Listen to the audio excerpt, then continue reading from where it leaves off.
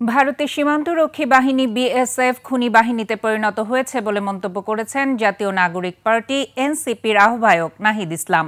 বুধবার জুলাই পদযাত্রায় চুয়াডাঙ্গা ও ঝিনাইদহের পথসভায় দলটির নেতারা বলেন, জুলাই গণ অভ্যুত্থানে শেখ হাসিনাই খুনের নির্দেশনা দিয়েছিল বলে নিশ্চিত হয়েছে জাতিসংঘ। আবারও আগে সংস্কার পরে নির্বাচনের কথা জানান তারা। চুয়াডাঙ্গা প্রতিনিধি আতিয়া রহমান ও ঝিনাইদহ প্রতিনিধি এম রায়হানের তথ্যছবিতে ডেস্ক রিপোর্ট। শেকড় থেকে শিখরে দেশ গড়তে জুলাই পদযাত্রার নবম দিনে বুধবার বিকেলে সীমান্তবর্তী জেলা ঝিনাইদহে এসে পৌঁছান জাতীয় নাগরিক পার্টি এনসিপির নেতাকর্মীরা। জুলাই গণ অভ্যুত্থানের নায়কদের কাছে পেয়ে উচ্ছ্বাস প্রকাশ করেন সমবেত ছাত্র জনতা।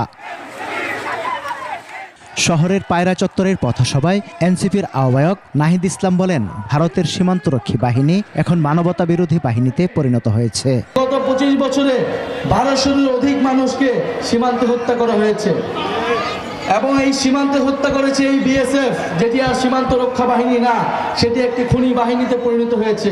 ফ্যাসিস্টদের যারা আশ্রয় দিচ্ছে তাদের সম্পর্কে সতর্ক থাকার আহ্বান জানান এনসিপির দক্ষিণাঞ্চলের মুখ্য সমন্বয়ক হাসনাত আব্দুল্লাহ। আওয়ামী লীগকে যারা আশ্রয় দিচ্ছে, হাসিনাকে যারা প্রশ্রয় দিচ্ছে, এই মধ্য এশিয়ায় যারা অস্থিতিশীল পরিবেশ তৈরি করছে, ভারত হচ্ছে আমাদের শঙ্কার জায়গা। শেকড় থেকে শিখরে।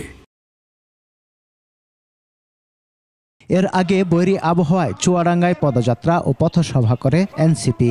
দলের আহ্বায়ক নাহিদ ইসলাম এ সময় বলেন, জাতিসংঘের তদন্তে প্রমাণ হয়েছে শেখ হাসিনা মানুষ খুন করে ক্ষমতায় থাকতে চেয়েছিলেন। শেখ হাসিনা নিজেই গুলি চালানোর সকল অর্ডার দিয়েছিলেন। এই মারণাস্ত্র ব্যবহারের জন্য শেখ হাসিনা অর্ডার দিয়েছিলেন। এই সকল হত্যাকাণ্ডের জন্য এই খুনি হাসিনা এবং তার দল আওয়ামী লীগ দায়ী। ভারতের আর কোনো কর্তৃত্ব মেনে নেওয়া হবে না জানিয়ে নাহিদ বলেন, অভিন্ন নদীর পানি সহ সবকিছুতে বাংলাদেশকে ন্যায্য হিস্সা দিতে হবে।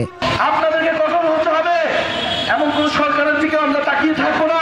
বৃহস্পতিবার জাতীয় নাগরিক পার্টি এনসিপির জুলাই পদযাত্রা ও পথসভা হবে মাগুরা ও নড়াইলে। সমর ইসলাম, ডেস্ক রিপোর্ট, ২১ টেলিভিশন।